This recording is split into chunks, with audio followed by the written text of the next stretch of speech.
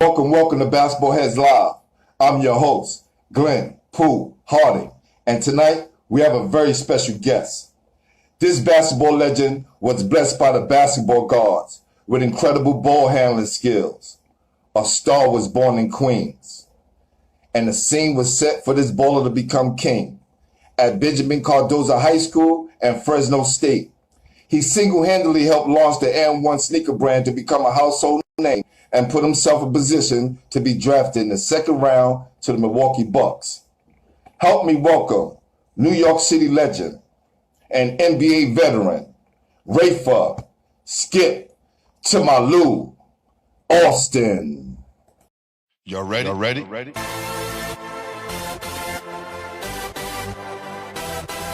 Yes. You have just stepped into the world of chaos, where everybody goes hard. Come on. Go hard. Go hard. Go hard. Go hard. Go hard. Go hard. Or go home. Never back down. You gotta hold your own. Go hard. Go hard. Go hard. Go hard. Go hard. Go hard. East Coast. Go hard. West Coast. Go hard. Midwest. Go hard. Dirty. Hurry up, everybody. Get online, buy your tickets, cause the game about to start. Yeah. What's up, baby? What's going on, my brother? Nothing much, man. Chilling. Thank you, man. First of all, I want to thank you for giving me your time today. Yeah, no doubt. Anytime, And salute my guy Chuck for making this happen again. Yeah, salute to Chuck, man. Yeah. No doubt. First of all, I just want to say this, man, like, this is big for basketball head, but it's even bigger for my artists, right? My artists who draw the pictures. I didn't even see the picture he drew for you. I know he drew something hot for you. You are his favorite player. And he's from Queens. Yeah, no doubt, man. I appreciate you, man. I appreciate it, man. I can't wait to see the good work, man. No doubt, brother. He played for Jackson. Yep. Yeah, so first question, man, who introduced you to the game? Good. That's a great question. I have no idea. I just know I was about 5 or 6, man. I was walking across the street with some older guys, man. But like I said, rest in peace, my father. I would say my dad. I hope it was him, if I could remember. But more than likely, he probably took me to the park and lift me up to shoot the ball. Right. You know how they do to the youngins. You gotta lift me up so you can shoot the ball. Well, that's dope. What part of Queens you from? Southside Jamaica. Southside. Yeah, No Southside doubt. Jamaica, Queens, man. Yeah. No doubt. I need you to say that because my guys from Queens always like, yo, make sure you say you're from Southside Queens. So salute to my guys in Southside Queens, the 40 P. They already know. They know I was gonna say that, man. That's right. Who was your first coach? Man, you asked some real good questions already, man. Listen, my first coach, I would say DeBron Murray. I don't know if a lot of people in Queens remember DeBron. So DeBron was my first coach, man. I would have to say that. Around what age? 7, 8. 7, 8, man. Like basketball clicked to me at an early age, man. It just clicked with me. It was, I was God gifted with the ability to understand the game right away, pick up the new things quick, and so DeBron, about 7 months, more so 8 years old, found me and realized I was playing in St. Louis Park, and he found me, man, and he knew right away, man. He said, man, hey, this little kid got a gift. It's crazy that you said that because in my intro, what I said was this New York City legend was blessed by the basketball gods with incredible ball handling skills. That was my intro, part of my intro. Your phone when it going in and out. I couldn't hear you. Okay, you hear me now? We good? It's kind of like it's a little choppy. Give me a thumbs up if you hear me clear the room. You might have to turn your Wi-Fi off or something. Off, you said?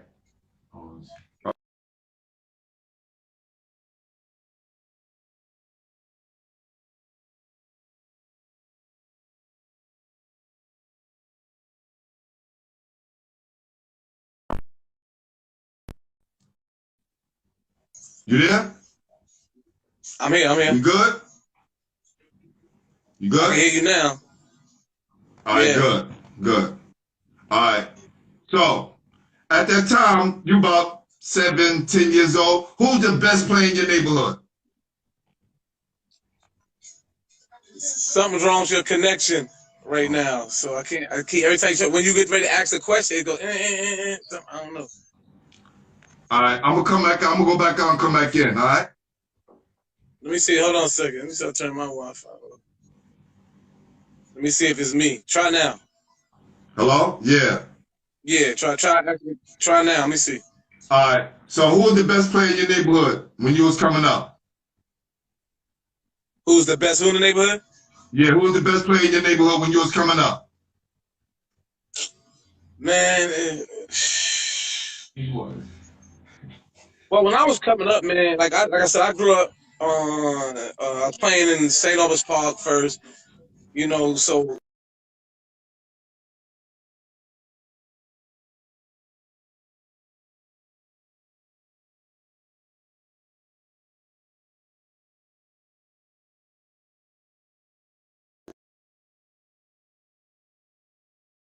and then when I moved to Sufton, I was the best player in the park. Now your screen started pausing. We good now. What you said at about? I said, who was the best player in your neighborhood? And you start to freeze again. Yeah. When I played in St. Albans Park, I was one of the youngest, so I always played with the older kids. With my age group, I was always better than my peers in my age group. So I played with kind of older dudes, and my friend Dame G, he used to always mess with me. You know, he was older than me, and he was a little stronger than me. So, but every day and every year, every time I come out of the park, I kept getting better, surpassing him. And then I moved to Sufton 118, and right there on the other side of Baisley. And I was the best player in Baisley Park, and you know what I'm saying, in 118 Park. So, you know, amongst my peers, 9 out of 10 throughout Queens, I probably was the better one without my peers. Like when it comes to my peers. Okay. There was nobody like the older guards that was around the way who was like nice that you said, you know what, I'm gonna be nice to him, or was it that kid who you was playing against every day? It was so many of them. I can't really put my hand. I mean, Wes Nelson was nice. Boot Carter. Damn, it was so many of them, man. They was good, Okay. man. And even when I went to IS8, some of my homeboys, they was nice. You know, my boy Snoop from the project, you know, he was good. God bless his soul. Lumps. God bless his soul. Lumps was nice. So it was so many people, man. It's hard to name them, man. It's hard to just, you know, I'm leaving people off. It's hard, you know. No, but that's cool. But the few that you named, I'm quite sure they appreciate it. You know what I'm saying? Because a lot of guys who we play ball against kind of get forgot about. And that's just on that side. Then you got to go towards the other side, like all the players in Murdoch, you know, Connell Park. You know, you got to go to that side. You know, then you got to go up to Montebello with like Larry Cave and all them guys. You know what I'm saying? So there's so many of us that we hooped every day. You know what I'm saying? That's we hooped real. every day. Yo, my God, You know, Worldwide Shot is going to check and he said, what's up? Say that again? My guy, Worldwide Shot, Khalil Bradley's father, my guy, Shah from Queens, said, what's up? Yeah. Shout out to Shah, my man. You know, he was running around on that 118 side. So, you know, shout out to the son Khalil, man. Khalil, the truth out there right now in New York City. I'm mad at the pandemic. I can't get a chance to watch Khalil. You know what I'm saying? So, you know, I wish I could. You know, I can't wait till it's over. I can go get a chance to see him before he take off for college on us. Right there, you go. So, how was your time at Cardozo, man? It was rocky, man. You know, a lot of times, you know, my first year was cool. My sophomore year, I put up 25 points per game. Then I started, you know how it is, man. You get caught up in the crowd and you're in the halls, not in the classroom. So I only played a handful of games my junior year. And I was ineligible. I averaged like 33 points a game my junior year when I played. I was eligible. Same thing my senior year, getting like 33, 34 points a game. You know, there's some things I regret. That's what my only one thing my basketball career I regret, and that's my high school years, man. 'Cause I know if I'd have stayed eligible, my backcourt made 40, Dwayne Woodward, with up and him, and we had a crew over there.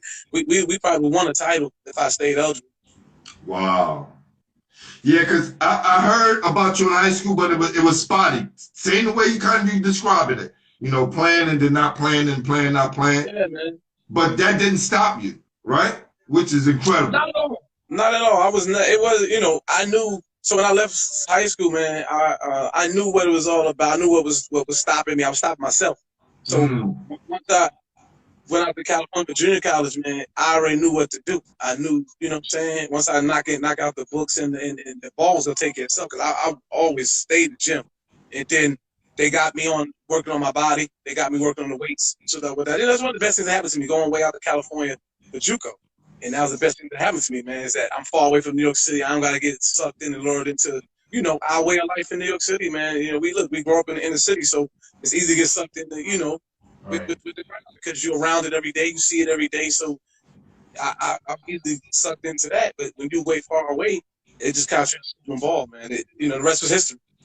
Yeah, man. That is crazy. And it was a blessing. So I was reading an article today about 1994 was like the year that changed everything in your life. Tell me a little bit something about that.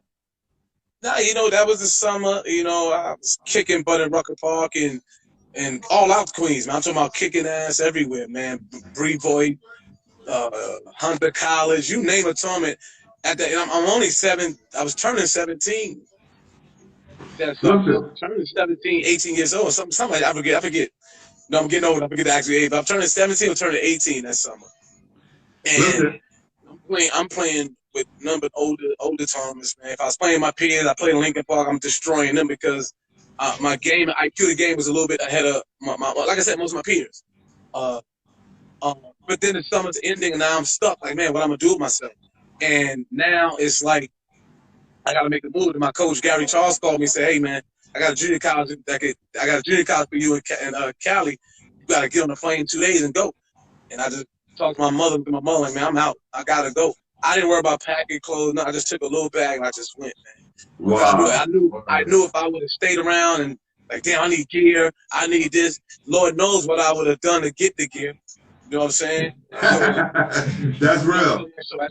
So at the end of the day, it was like, do or die, man. Just go. Just go. You know what I'm saying? I had a lot of homies, you know, from the neighborhood that I could call on. You know, shout out to my brother Mook Diamond.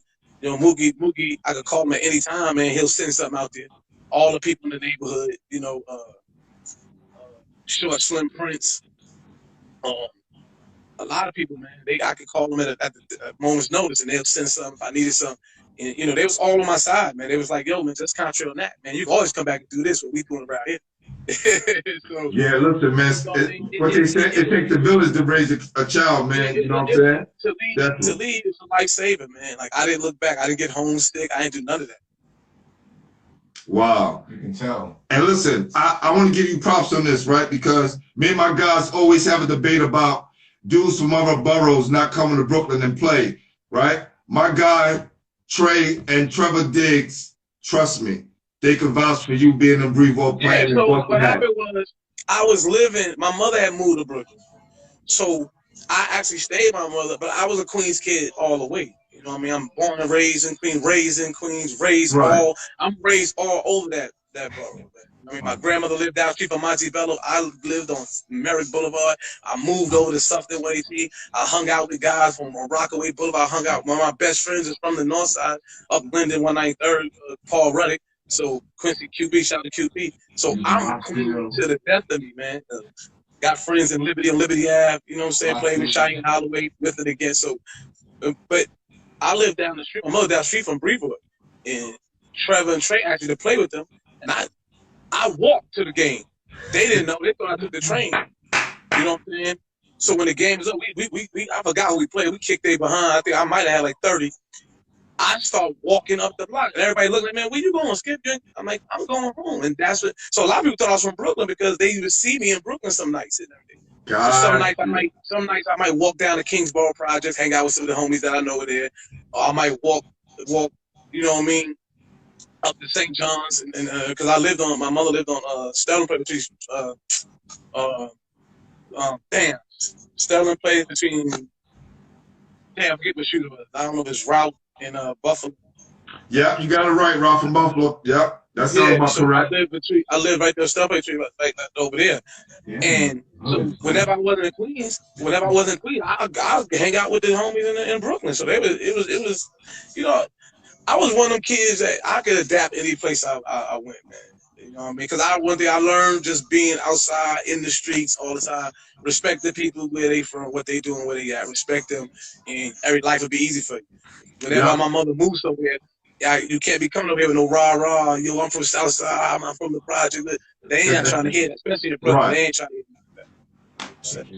that. So that's what it was, man. So, you know, and I grew up when I was 10 years old. LeBron took us to play in preteen at 305 Park. So a lot of people know that was one of the best summers for little kids at the time. Yeah, so preteen, right? Take us to 305 Park preteen, and that's how we. So I knew all the ball players in Brooklyn since we was 9, 10 years old. You know, they used to put the stats on the wall, on the tree. The stats be on the tree, man. Let me tell you something, fam. I was already impressed by you. I am super, super impressed, right?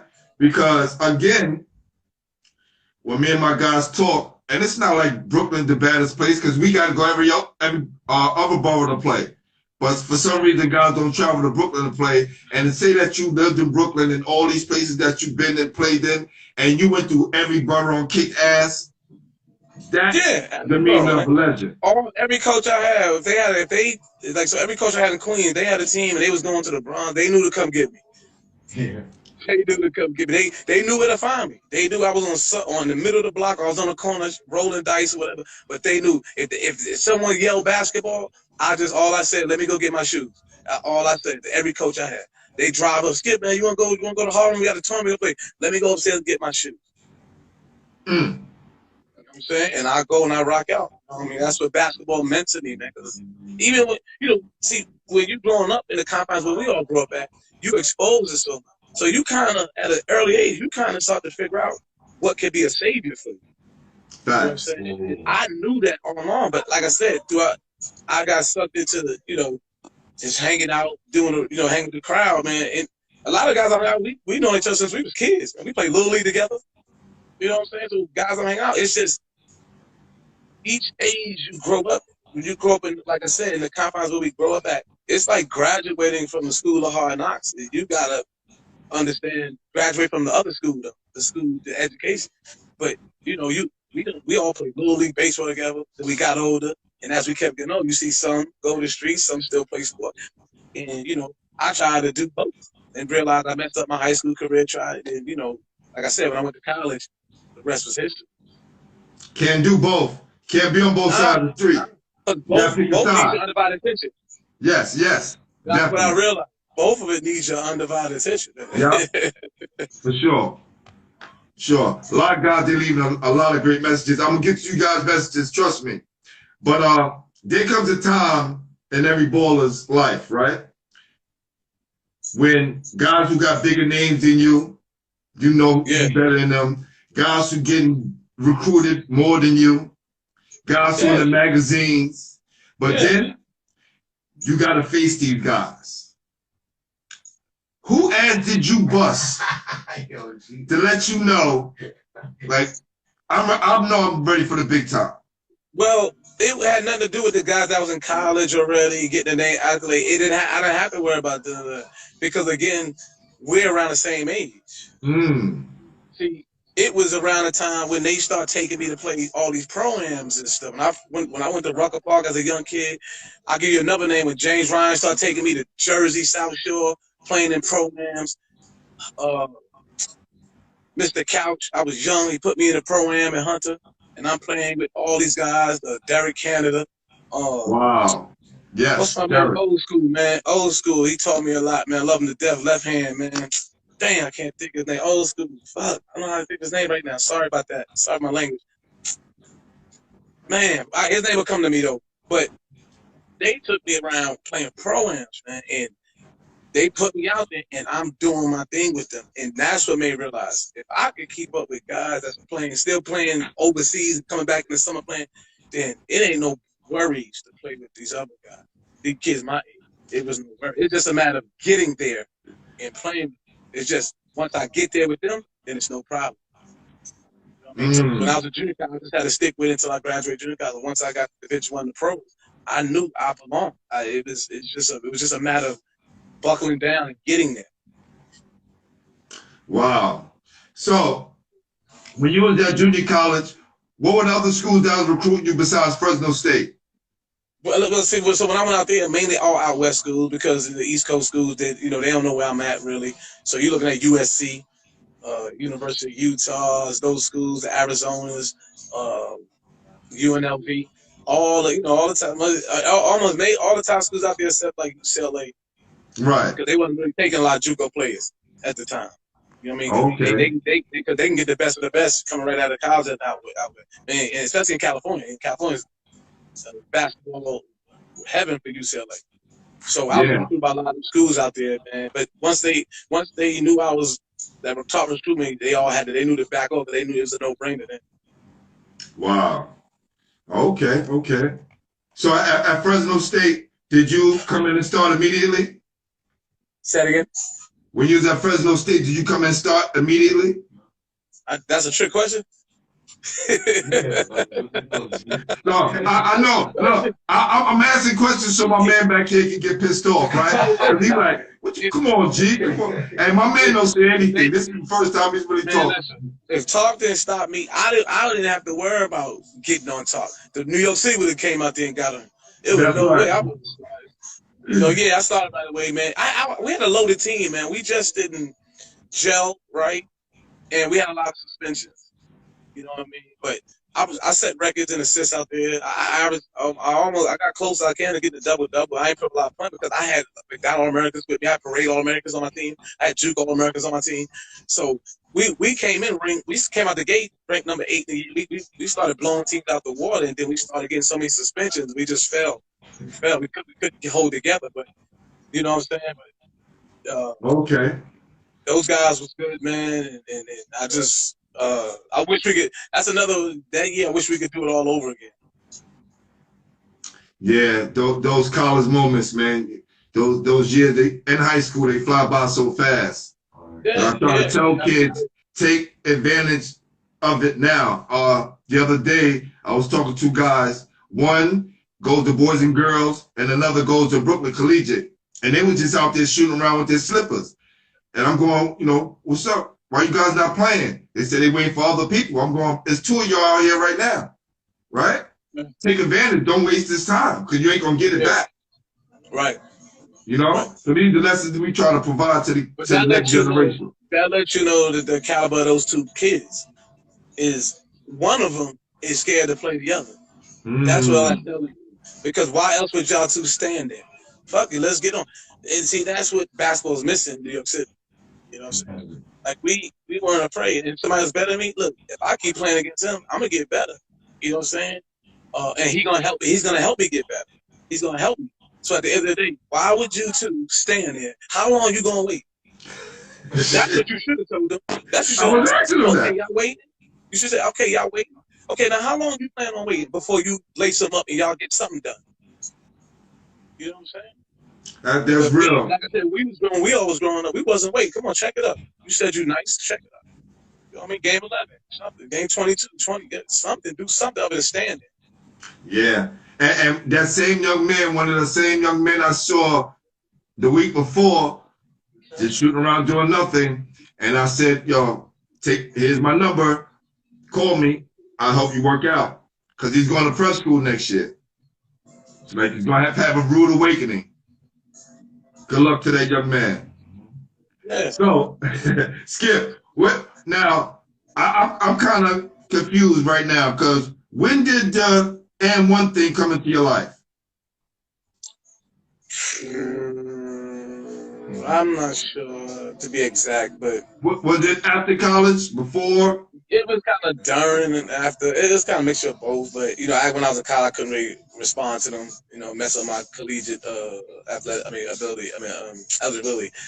But at the end of the day, mainly after, and that's when I, whenever I was done with the NBA, whenever I had a chance summertime, I'll meet those guys on tour. And, you know what I'm saying? So, but it was fun, man. I mean, I know they rolled out the mixtape, AND1 Mixtape Volume 1 of me, man. That took off like wildfire. It was one thing about the AND1, they was at the right time. They came at the right time when streetball was huge everywhere, not just New York City, people, Chicago, Detroit, LA. So streetball was huge everywhere. And they was at the right time, man. Then the tour, every year the tour for about 5-6 summers, man, the tour was one of the hottest things around. No one would ever thought that guys doing all this different stuff with the basketball was going to be something that people would gravitate to the way they did. So it was a wonderful time, man. I enjoyed my run with those guys. That's dope. My guy Crossland wanted to know who's the best street baller you played against. I don't know. They all nice, man. I played against Speedy Williams. I played against Future. I played against a lot of them, man. Junie Sanders, Alamo. The list goes on. I even played. I had a good game. We had a good game one time. We was in the playoffs, man. We played against Master Rob and them. They beat us, but it was a good game, man. I mean, they backcourt was Speedy and Master Rob. That's what I'm trying to tell you. You talk about guys that was already. Hold on. Hold on. Let's back up, because both of those guys are my guys. Like, I played with Speedy coming up, or Master Rob was somebody who I looked up to coming up. That's had to be a crazy game. Anybody have that on tape? The first half was nip and tuck. And of course, they showed they veteran, because they was veterans in that part. So, and they pulled away from us, and they you know what I mean, they did their thing, man. But they also knew at that time I was young. You know what I'm saying? They knew at that time. They said, man, that kid got something. Hey, for me to be that young to go against, they was already legends out there as far as that playground game at that time. You know what I mean? So for me to play against them guys, right, could have arguably been in major universities, had things going right, and they traveled in basketball. You know what I'm saying? All right, my guy, Cool Slow, the producer, said the game between you and Reem, Fresno versus Arkansas, was a classic game. Yeah, it was good. It was good. We both had solid games, man. We didn't both score 20, 25 points, because we were both, what made it good is two kids that, we grew up playing with and against each other since we were 10 years old. And then we played against each other in Rucker Park. And then finally, everybody in New York City got a chance to see us play on CBS. And it was a good game. They beat us. They beat us by 1 or 2. Yeah, that was definitely a good game. They got that game by 1 or 2, but it was back and forth from the start. We were both up-tempo teams. We were both pressing teams. We were both full-court, in-your-face teams. So it was back and forth the whole game. Wow. Shout out to Kareem. He had a great career, man. Great career. Sure. Kareem, we definitely got to get you up here soon. It's a lot of those guys, man. It's they found out how hard it is to make it to the pros. For sure. All of us, man. As good as Kareem, that's my guy. I love him to this day, to the death. But that's how hard it is to make it to the pros. It's that simple. Listen, we had Rolando Blackman on the other night, and he explained how hard and difficult it is to stay at that high level and be at an all-star level. And they're special when it comes to their maturity and their mental stability. And that's what people don't understand. That's what a lot of these playground guys don't understand. When they start talking about, oh, man, such could have been in the league. Not so fast, my friend. He's nice around here. He's nice in these playgrounds. I salute him. I'm not saying they can't. What I'm saying is it takes a special person, a human being, not just with your game of talent, but up here and everything else. Special dedication to your body. Special dedication. Like, people don't know. They don't. Even my peers.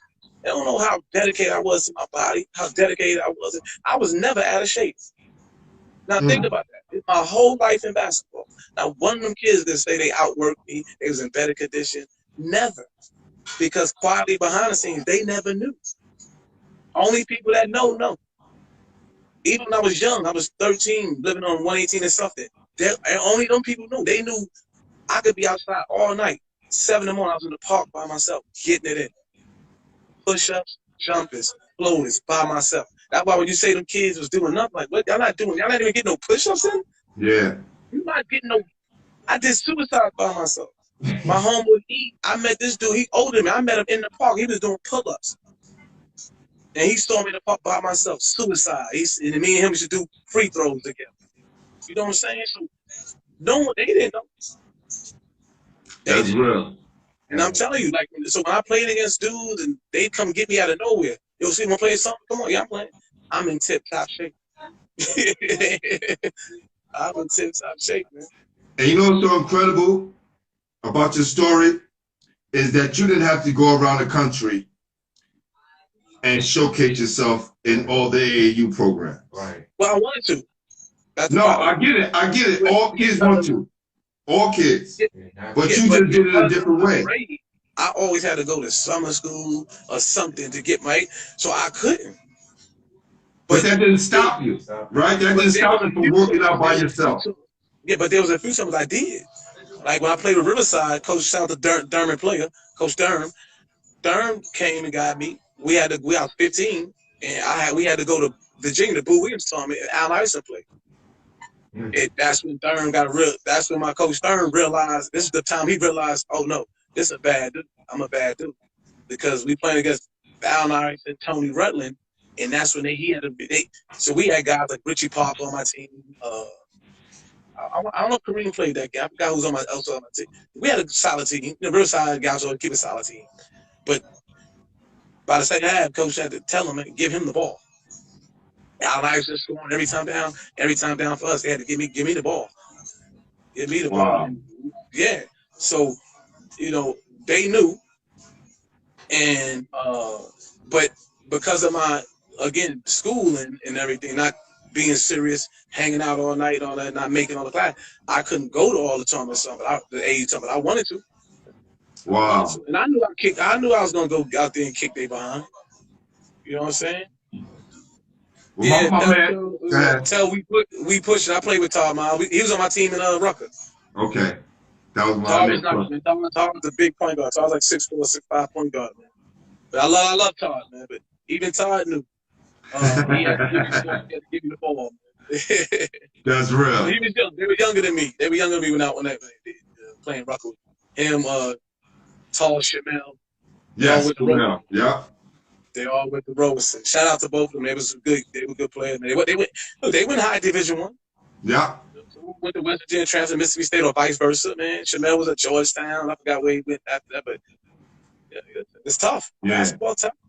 It's not happening now, but you know, we hurt in New York. So my guy James Majors James Majors Seton Hall great on here the other night, and we was talking about meal money.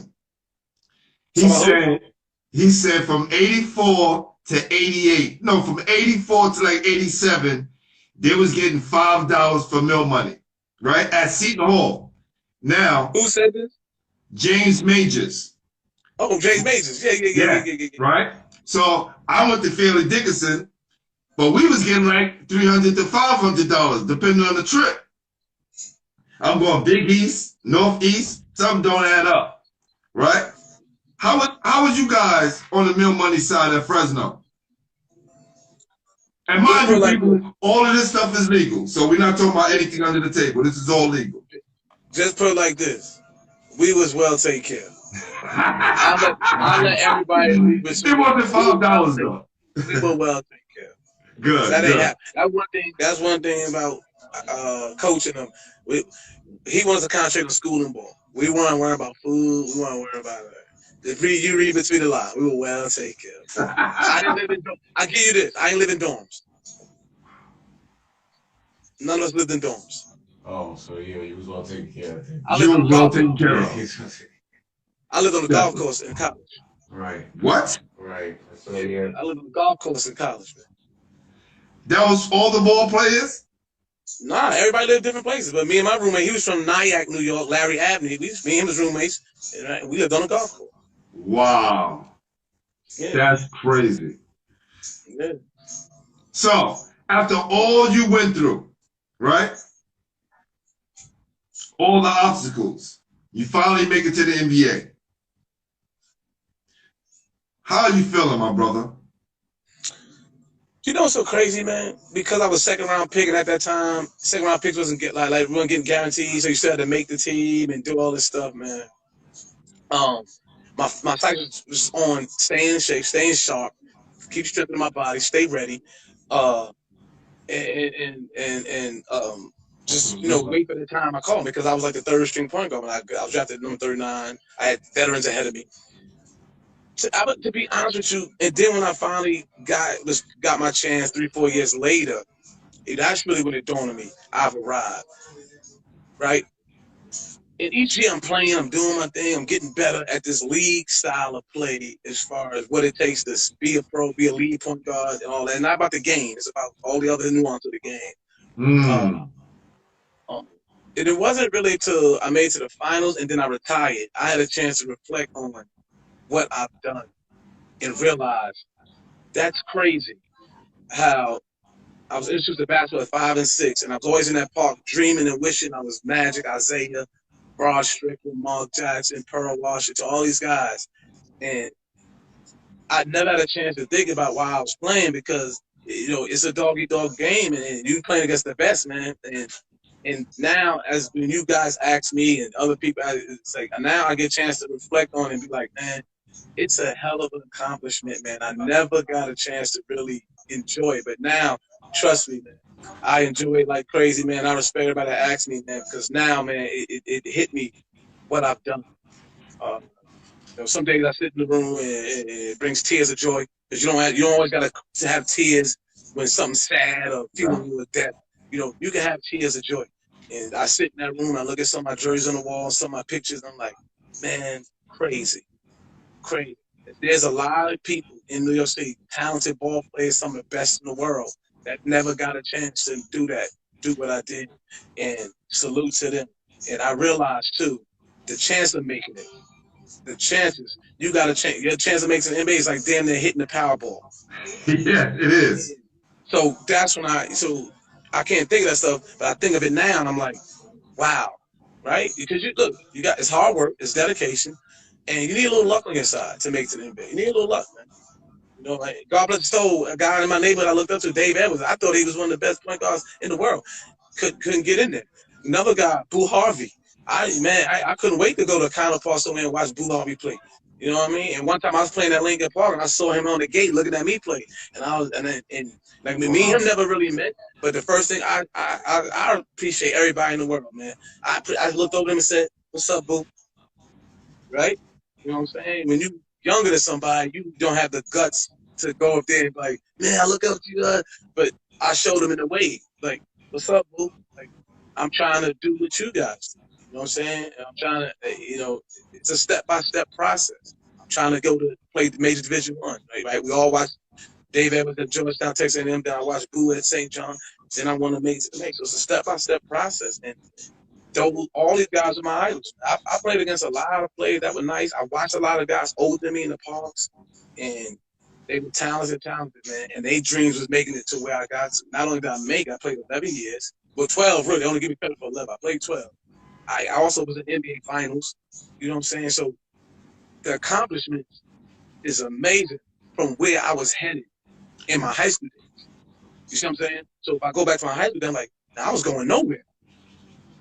And all of a sudden, to stick with it, to keep working hard, to knock home the books, and look where I am, now, man. You know what I'm saying? So as much as they could call me, and I never thought about being no park legend. I thought that's what we do in New York City. We play tournaments. Right. We kick it.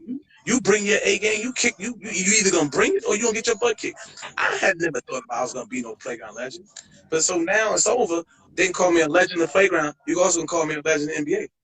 You know what I'm saying? Like that's one thing I do tell people. I know everybody want to call me a legend in the playground, but throw the legend in the NBA too now. Don't stop short of saying. Well, and I'm not a self-centered or I'm everybody that know Rafer, forget Skip. People that know Rafer, I'm just never that kind of guy. I'm never bigging myself up. Nah, man. It's a game we learn to love. It's the New York City game. Basketball is number 1 in New York City. Baseball second. People understand. I was good at baseball. I mean, if you get some of my peers on there, they'll tell you I was a hell of a baseball player. You know what I'm saying? I could play football. I just wasn't going out for no pee-wee football because I was skinny. Like, y'all wasn't going to hit me like that. Y'all ain't going to hit me like that. You know what I'm saying? But That's so real. no one really cared too much about all that. You know, some people want to play for the Springfield Weissmans, the Rosedale Jets, all that. No, but no one really cared. But basketball is king, man. For sure. Basketball For sure. King, man. Yeah. My guy, Pat Alfont, said my man Skip knew him since we were 13, 14. Showed me a lot of love, especially in LA. My guy, Pat Alfont. So what's the salute to him, man? Love, man, for sure, man. No doubt. So Never front on nobody, man. Anybody that said what's up to me, they know I always spoke back.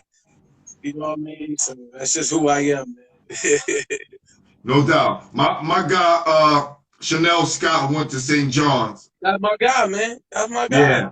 I looked up to Chanel, man. God bless his soul, Malik Silly, Adrian Autry. That's what I'm saying. That's all. Oh, Khalid Reeves, Derek Fell. All these dudes was super nice to me. That's you know real. I only went to play Riverside Church because they was playing on the older Riverside team. Wow. I remember going to Roberto Clemente State Park and watching them dudes play Riverside versus Gauchos. I took the train all the way from Queens. Wow. Yeah. I'm a basketball life. They know. That's why all of them know. They know I'm a basketball lifer in New York City, man. I took the train Roberto Clemente State Park to watch Chanel Scott, Malik Silly, all of them play against the Gauchos. Wow. Yeah. And that's when I said, oh, I gotta get on one of these teams. That's when I come town more. You know what I'm saying? Yeah. Chanel was saying how when he got drafted in the second round, he just stayed married for a whole year instead of focusing on his craft. And he said sometimes when guys get drafted in the second round, they go through that. What you're going through is a feeling of rejection. So you're drafted the second round and you're not getting playing time. And for the first time in your life, you ain't the man. Now you gotta revamp yourself. Your thinking, your approach. That's what I'm telling you. It takes a special human being to be in that league. Nell could have had a 10, 11-year career in that league had he kept his weight in shape, his conditioning, worked on his game, got a little 15-footer, a little jump hook, both shoulders. I know, listen, I know Nell game. You know what I'm saying? I just watched the old game with them, all of them at St. John's. God bless his soul, Lee Green, I just watched the old game with them all at St. John's. I looked up to these guys. Dave Kane. I went to CCNY to watch Dave Kane and Ant Pell when they played at Stevenson High School. They played with Manhattan, and it was a good guard on Manhattan. I think that was Dave Sweet. Listen, y'all hear? Skip, listen. Kane. So I looked at Kane. Pay attention, man. He giving guys love, man. I knew Kane was nice, but that right there, I saw him play, and that's when older guy, I forgot his name, that was in the crowd. He knew who I was. He said, he told me about Dave K. He said, what's going to slow him down, Skip? He can't hit the jump. And that's when I started working on my jump. I said, oh, really? That's what's going to stop him? It won't stop me. And I kept getting my jump shots up. Yeah, that's what hurt a lot of New York City guards coming out, that jump shot. Not being able to take that jump shot. Red Archery, the same thing. Hit the jump. My peer, God Shango, I love him to death. Man. One of the coldest ball players coming. Consistent jumper. We all had to work on. That's what kept all of us in the league. How you think Ron Strickland stayed in the league? Kenny Smith, Kenny Smith. They couldn't stop us from getting into the pros. Into the paint. But at the end of the day, we had to hit the jumper. Facts. I first got in the NBA, man, go under him. Go under on him. When I pick and roll, go under on Austin. You know what I mean? They going under, back up. And after a while, as my career went on, you won't be backing up off me too much longer. You know what I'm saying? So Chanel, he right, man. It takes a special human being. You know, you got to remember, we all grew up when we little kids, we the man. Middle school, high school, you the man. JUCO, college, you the man. Then now you get to the pros. Whoa. You the 12th man. How you gonna get to be the 9th man, get into the rotation where you're gonna at least you could come off the bench, get some good minutes, then crack the star line? How you gonna do it? Pouting, getting mad is not the answer. Yo, my guy Tooth said You should take this info on the road, yo, because you are dropping jewels and you're giving a lot of I'm good just life waiting for the day lessons, to man. come back to So New York City. I'm waiting for the. I'm just buying some time with the pandemic to come back and talk to the youngsters, man. Because the youngsters appreciate need you. to know. The Yeah, youngsters need to, and sometimes what happens is someone else is telling them about Skip. But like I tell people, can't nobody tell them about me than me, better that's than me. right. So I just, when the pandemic's over, I get back out there and go to high schools and just drop some jewels on them kids, man. Like, it's a lot going on. And I know, man, I know the temptations they going through. It's hard. Yeah, It's hard trying to navigate, live life in New York City, man. People don't understand how hard that is. That's hard for us. Growing up in a broken home, your dad not around, whatever. Shit, I know some of my friends, none of their parents around. Some people, mothers was twisted out the frame out there in New York City. You know what I'm saying? We damn near raising ourselves. And you trying to live a basketball dream. It's hard. But you gotta fight the temptation. You gotta stay grounded, man. You gotta you gotta keep fighting, man. You gotta stay strong. yeah, that's very important, and that's one of the reasons why we created this platform, because we want to try to bridge the gap between the generation of the past and the generation of the future, Because and you the gotta remember too, generation man, now. basketball, put the NBA aside, man. Right? Let's put the NBA aside. That's the last thing, because how long we been on, man? I got some stuff to do. You got somebody coming on tomorrow? Nah. All right, me and you gonna do this again tomorrow. Okay. Let's set up time, same time. So everybody that's watching, we're gonna get on tomorrow. Me and my man will get on tomorrow again. And we're gonna knock this out. Right? Same bat town, same time. But check this out. Okay. Put the NBA aside, right? Think about myself. God bless my father. My father, after I was 10 years old, my father wasn't really in my life. My father always been strung out on drugs, running up all over New York City. My mother working 2-3 jobs, right? Look where basketball is taking me. Forget the NBA. I would have never saw a lot of cities and states in the United States without basketball. Facts. We take that for granted. Facts. Right? You got people talking about, man, I want to go to Greece. Some of y'all haven't been to South Dakota, Idaho, North Dakota, Phoenix, Arizona. Some of you haven't been to a lot of places in New Hampshire. Some of you haven't been to a lot of places. And I would say I've been to every city and state. Every state in the United States because of basketball. I was able to go to college because of basketball. I've got friends all over this world, United States, every state. I got a friend there. If I go to any city and state, I can call one of them and let them know, y'all, I'm pulling up. I land and somebody's there because I met them through my basketball track. So my thing to these kids is, you might not make it to the NBA, but it can get you a free education. It can save your life. Basketball saved my life. So for me, I tell everybody, I'm forever indebted to the game of basketball. I love and salute all the coaches I've ever had, because what happens if I don't go to one of those tournaments and I'm on the block? You see what I'm saying? What happens if I don't go play in Brevoy with Trevor, and Trey? What happens? And I'm on the block rolling dice, and someone comes and stick us up, and I say, "Now you ain't getting this money," because remember back then, I want every dollar I got because I don't know when the next dollar comes from. Right. And you see what I'm saying? So it's a whole different dynamic that people don't understand where this game could take you, man. You know what I'm saying? Especially kids growing up where we all come from. Facts. You see what I'm saying? So that's my biggest thing to these youngsters. Like, yo, basketball's taking me to Idaho. Have you been there? Yeah, you haven't been. People growing up totally different the way we grow up, and you need to understand and learn that stuff. That's real. You need to understand that there's other things going on other than New York City, man. Other than this gritty and grimy and this hustle and bustle of the city life. There's my kids ain't got to worry about that stuff. Now, what if I raise my kids in New York City? They be punks. They growing suburban lifestyle. They'll be little punks getting bullied, getting beat up. You know what I'm saying? That's one thing I do salute growing up in New York. It made me tough. But I don't wish growing up like that on any kid. Facts. On any kid. That's another thing that brings tears of joy to my eye, man. To watch your kid be able to have a birthday party. Salute my mom, my dad. You know, that's one thing all OGs, everybody tell me, man. You're born with one set of parents. Anybody else is either step parent or a fill-in. But you only get one set of biological parents. And no matter what they're going through, whatever they're not able to provide for you, trust me, if they could do it all over, they would want to give you the best. You know what I'm saying? So salute to them. Unfortunately, they weren't. But and I didn't pout about it. That's one thing about New York City. We're faced with reality head on at a young age. Right? This reality hit us at a young age, so we already know what time. If my birthday comes and you ain't having a birthday party, don't you pout about it. Go on outside and have some fun. It's the best way you can.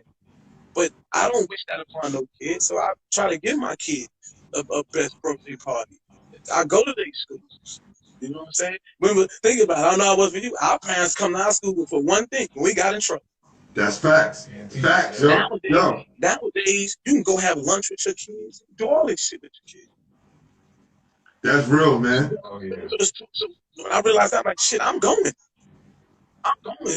My daughter say, Dad, come have lunch. What you want, Chick-fil-A? I'm going. Because I still think about, I wish I had. Yeah. But I understood why I could. And I respect my parents. You know what I mean? But salute, man. We got to do this again. We can do this tomorrow. Listen, hold on. Before you leave, I got something I want to show you. You know what I'm saying? Because it's only right. Y'all ready?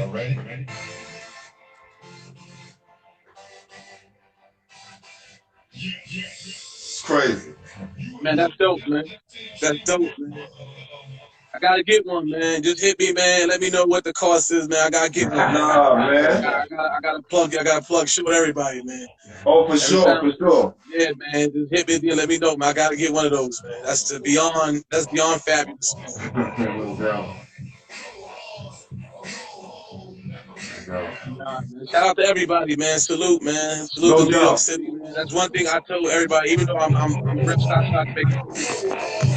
Yo, listen, man. I represent all the players in New York City, man, because I can only imagine, all the players, man, that was trying to make it, man. If it wasn't all of them taking me to pro-ams and all these tournaments in New York City, if it wasn't for all that, man, listen, I hone my skills in New York City in the parks. No doubt, man. Yo, salute to you, man. Thank you, man. No doubt, man. Just hit me, man. I ain't sure, man. All right, we're ready to do a little something tomorrow. We talk basketball. I love talking ball. I talk this game all day long, man. All right. Wow. Let me tell you something, bro. I'm so impressed with Rafer Alston. Right? I got to know Skip on the court, but I'm so impressed with Rafer Alston. This guy lives and breathes New York City basketball. Played everywhere. And I give anybody from any other borough extra props if they come down to Brevoort and play. If you came to play in Brevoort, you from another borough, salute to you. You know what I'm saying? The lessons he gave for youngsters. The things you need to do to become a pro. All of those things are valid information. And we definitely going to continue this tomorrow. Put some time aside so we can kick it. Definitely appreciate him coming through. Salute to you, Chuck. Appreciate you, my guy. Awesome, man. Thank you. Oh, yeah. I got some...